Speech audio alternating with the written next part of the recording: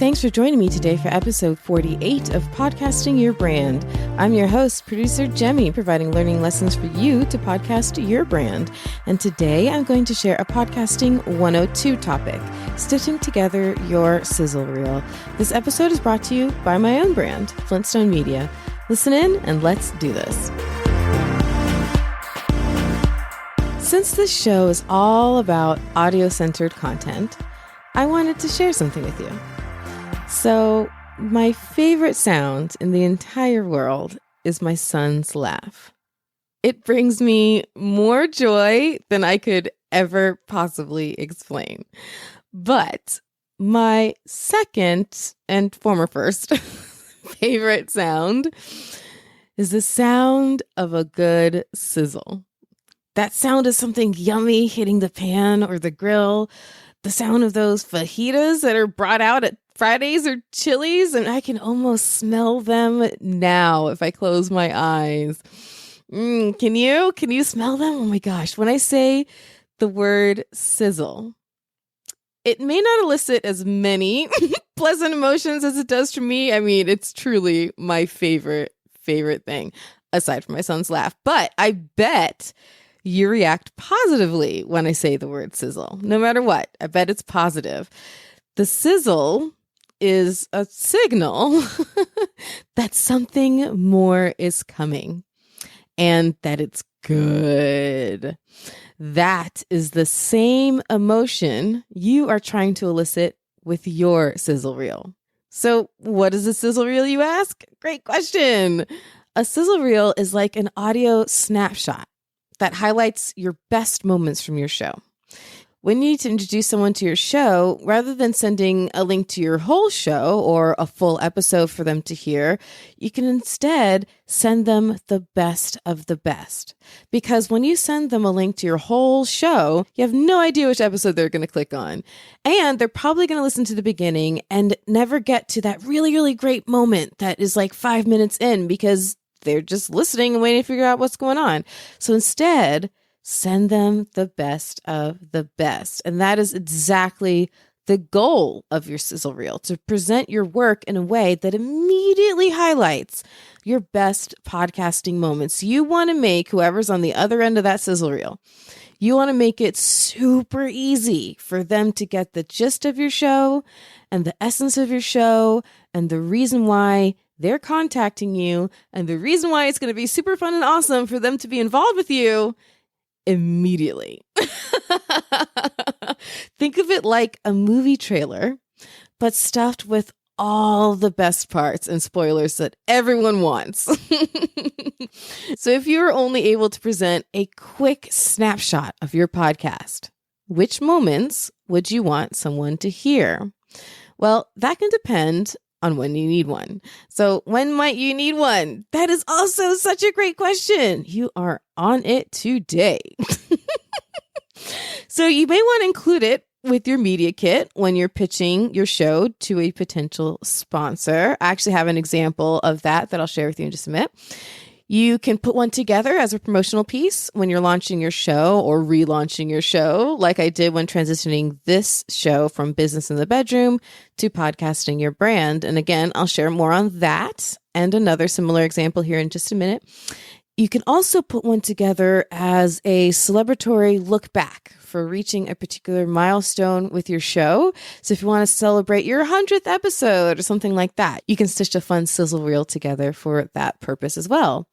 You can also include a sizzle reel when pitching yourself for public speaking gigs or to be a guest on another show. So sizzle reels can come in handy for a lot of different reasons, but no matter the reason that you have for wanting to put one together, there are some basic nuts and bolts to a sizzle reel. In fact, you can take the core of a sizzle reel and then package it with a different intro to suit your specific need in that moment. And I'll give you an example of that here in a minute too, but let's first talk about those basic core nuts and bolts. Okay, first, a sizzle reel is a series of clips from your show that you stitch together. So you want it to be pretty tight and to move pretty quickly. So each clip should be no more than 2 maximum 3 minutes before it moves on to the next one. And you'll want to pick samples from your podcast that show off all sides and aspects of your show. So as a group, you'll want them collectively to highlight your expertise in the subject matter or your enthusiastic curiosity for that subject matter if you're not an expert. You want it to highlight your mastery as a host. You want that group of clips to also highlight a great moment with your guest or show off that a particular guest was on your show. And you should choose clips that are also really entertaining and or just like compelling to listen to and really draw people in. At the end of listening to those clips, you want people to have a really solid understanding of you, of your show, of your audience, and want to be a part of it, of all of it. So that's the first step, just choosing your clips. And to be honest, this can be the most arduous step because it can be so hard to narrow it down. So let's say you have 6 clips and you're having a hard time deciding which 1 or 2 to drop in order to tighten it all up. Okay. Here's a little something that I tell myself. It's my get off the decision-making hamster wheel free card. And I tell this to myself all the time, and it feels great and wonderful whenever I do. And here it is. I simply remind myself that no one is ever going to know what I didn't include in it. So if I end up dropping clip 5, they have no idea that that was my choice and that it's missing. They don't know. So it's not the end of the world. Just make a decision and move on with your life. But make sure that you cover what you need to cover overall by the clips that you've chosen. Your expertise, your hosting style, a great guest moment, or if you're a solo host like me, a great piece of advice or information that you dropped, and have those clips all be entertaining and compelling. Okay, so now you have your clips. Now, what do you do? Well, you need to decide how to transition between them. You want to transition very quickly from one to the other with little to no wordy explanations in between. In fact, just a quick blip is usually sufficient. But other options are using a second or 2 from your show's music bed. And the reason that can be a clever thing to do is because it creates more branding consistency. It also helps to set the tone for that person who's just listening to your sizzle reel. So a good second or 2 from your show's music bed can be an option for the in-between piece as well. Third, you can also record you verbalizing the transition into the next clip. Just make it super short and sweet. Like, and this next clip comes from my episode with so-and-so when our conversation came to a wonderful epiphany or something like that. But your sizzle reel should be under 10 minutes. And truly, 10 minutes is probably way too long. Think about how long you would want to sit through it and try to match that. Try to think about how busy the person's schedule is on the other end of that sizzle reel. So I try to make mine between 5 and 7 minutes in total at the most. And usually they end up on the shorter side of that. And there you have it, the basic nuts and bolts of your sizzle reel. And you can leave it at just that. But remember, there are various reasons when you might choose to use a sizzle reel. You might want to include it with your media kit, pitching to a sponsor, promotional piece for launching your show, celebratory look back for sharing your milestones, or pitching yourself for public speaking gigs or as a guest on another show. So think whether a quick intro into your sizzle reel makes sense for you to record and work in for that particular purpose. Again, it's creating that core, and then you might be able to use it for different things. So if you're using that to pitch yourself for a gig, then you might want to do an intro that's specific to that gig, and that becomes its own purposeful sizzle reel. All right, time for me to share some of my own examples over the years. I first heard about the concept of a sizzle reel from my friend Jay Cashmere. I guess that's his real name, one of the best names ever, Jay Cashmere. And he's a reporter local to me here in South Florida. So I was interviewing him years ago for my very first podcast. And it came up in conversation somehow, either during the interview or before or after, I don't know. But it came up somehow. that sizzle reels are something that reporters will put together in order to shop themselves around to different newsrooms for jobs. And he explained the concept to me, and I was like, oh, that's really cool. So I took that and adopted it into what I was doing as a podcaster. And I've used sizzle reels dozens of times over the years for all kinds of things. But here are just a few examples. And I thought that they could really illustrate some different case uses for you on ways that you can use your own sizzle reel. So, okay, up first is a sizzle reel that I created to announce the launch of a new show on the Florida Podcast Network, Florida's Fresh Mix. What we did was we had recorded about 4 episodes before we launched. So we took clips from those first 4 episodes of the show, keeping in mind the elements to look for that would give a good overall sampling of the show, like I've been explaining.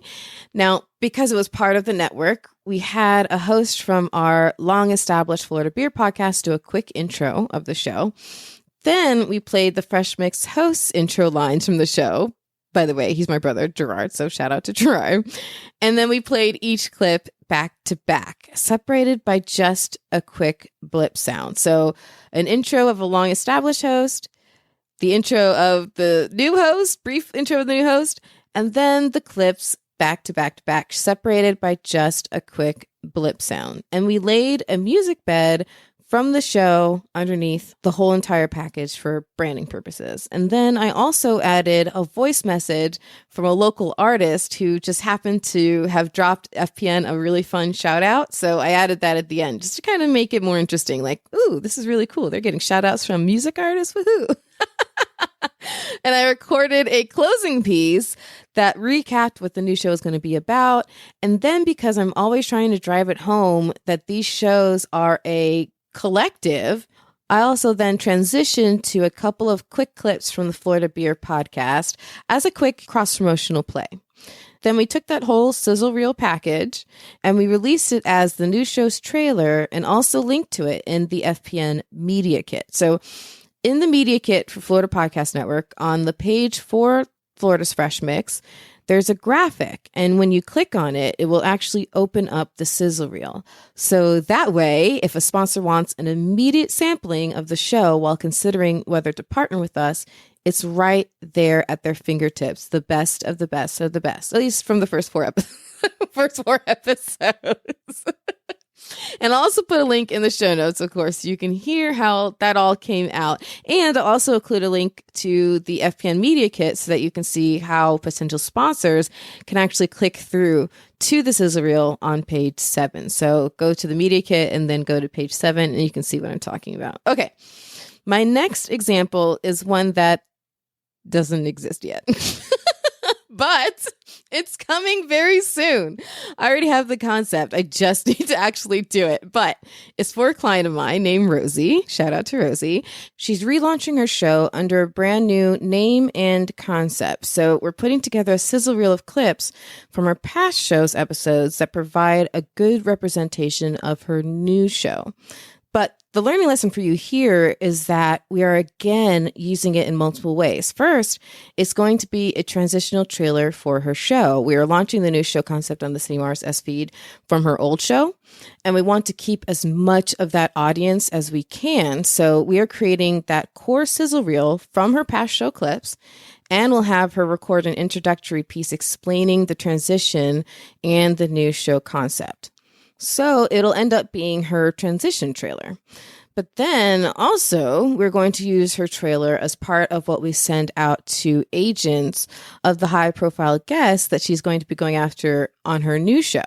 That way they get a really good taste of her concept, her hosting style, and her show quality, and are more likely to say yes.